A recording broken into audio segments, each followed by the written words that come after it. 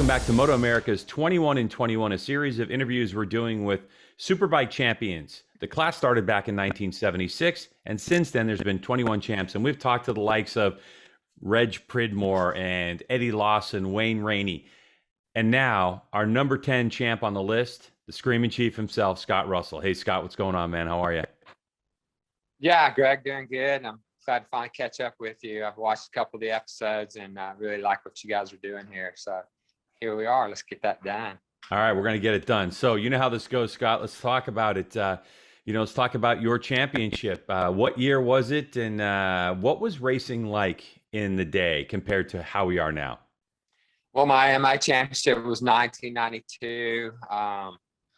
I started as a pro in 1988, so it didn't take too long to climb my way to the top. I was close a couple of years leading into that.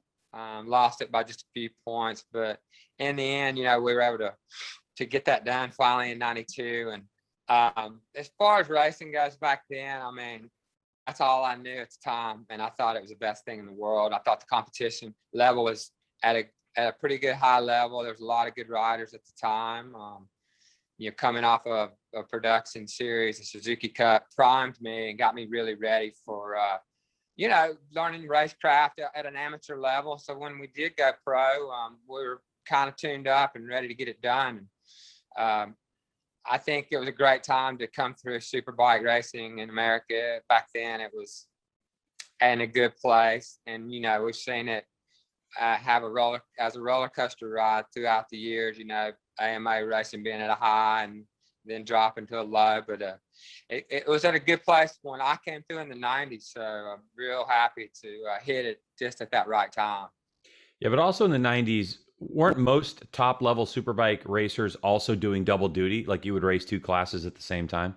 Yeah, there was a lot of that. You had 600 class and you had 750 Supersport as well. So for me, I did double duty with the 750 Supersport and then jump on the Superbike that same day. But we were used to that from the production days of riding 600, 750, and the 1100. So it was cool. It was double the racing on a weekend, double the money. So for guys like me, I think it was a plus.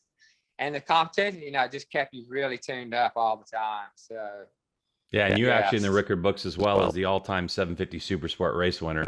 And that's, something that obviously, at least we don't think at this point will ever be broken because of the way motorcycles are being designed. But any particular stories from 1992 when you won the championship that stand out in your mind that, maybe, you're sitting at a bar one night chit-chatting with your friends, and this one story always comes out about 92? Well, I mean, there was a couple of good stories, I think, through that year. I think the biggest one was, my arch rival, I would say, in America would have been Doug Poland at the time. He was trying to pull double duty and win the World Superbike Championship in that same year. And I was like, it was close, because he's super fast and the Ducati had a good bike. We had a good package too. So to fight with him and for it to come down to the last race of the year at Texas World Speedway, it was really a must-win situation for me or him to win the championship. And we had an epic battle, and I was able to beat him there at home. That was considered his home track. I think Texas World back in the day. Obviously, it was a different layout than what he used to run in the amateur days. But to fly in and get that done, and the finish was so close. To win the championship in that way, it made it more special. And to beat a guy like him, he's the guy. He was the yardstick for me coming up. So I had to always measure up against that guy and seemed to always be chasing and to get that deal and not let him win both championships. That would not have been good. It made me really happy. And, the Muzzy team, man, all the guys there always worked so hard and prepared such a great bike for me and really made my job pretty easy. So you win the 92 Superbike Championship in the United States, and then it launches you to the world stage. Tell us what happened after that. Yeah, well, early in 92, because we ran Daytona, and again, another epic battle with Doug and beating him at the line. Almost like started the season with a drive past at the finish. and then ended the season in the same way, nearly. Was very cool.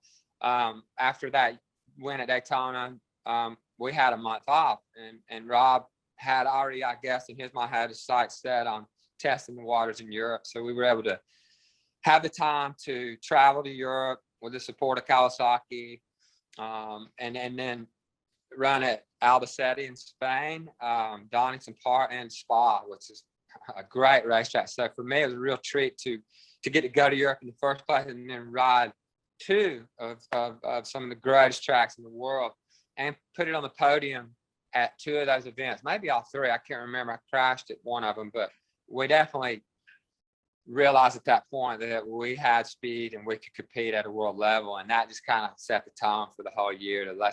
We had that in our sights, you know. So we really needed to close the deal on the AMA Superbike Championship. It would have been really bad if I didn't win that, but luckily for me, we did get it done, and then, you know, went on over to Europe the next year.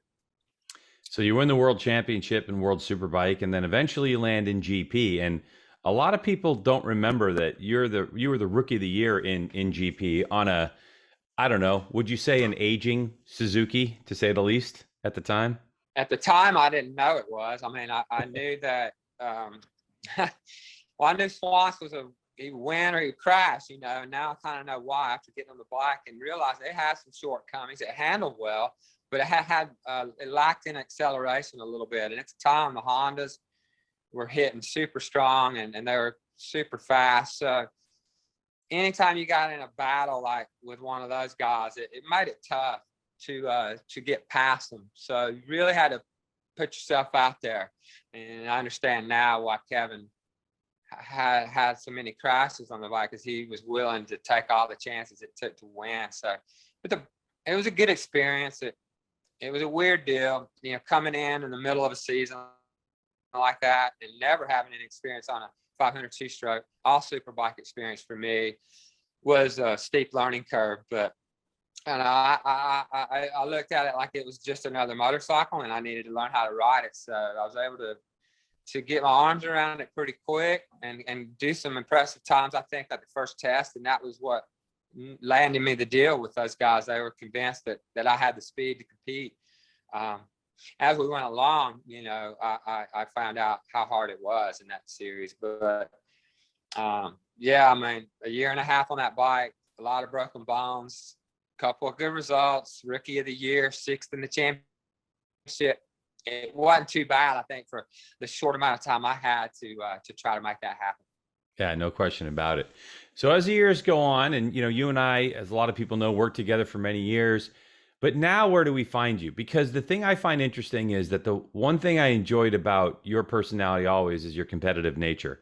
And competitive nature just doesn't go away just because you stop racing motorcycles. So where do we find you now in, I don't know, retirement, I guess? And are you doing something that fuels your competitive fire? Yes and no. I mean, for the last 9, almost 10 years now, I've gotten hot and heavy into cycling. And the motorcycle thing's kind of taken a back seat to that. You know, now, unfortunately, I don't get to ride motorcycles or don't ride motorcycles quite as often as I used to. So that part of my life's kind of been pulled away. The cycling has come to the forefront, and that's what I love to do. And competitive, yeah, I'm still competitive. I've competed in mountain bike races over the last 9 years on and off, done most of the training on the road. But you know, we're out here doing group rides with 100 people or more sometimes in a cycling community in Atlanta. It's hot and heavy. And so if you want to be competitive, it's a great place to do it. So I get my kicks on the weekends at the group rides.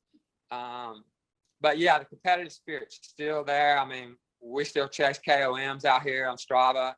And I got a little deal going with a local guy here. He's 20 years younger than I am, but I'm still competitive. And so, you know, that doesn't burn like it used to inside, but it's still there. I mean, when I get an email that somebody took a KOM, I get fired up and want to go back out there and try to get it back. So yeah, that competitive spirit's there. And then when you do race, when I have done some mountain bike racing, I'll have some good success at it.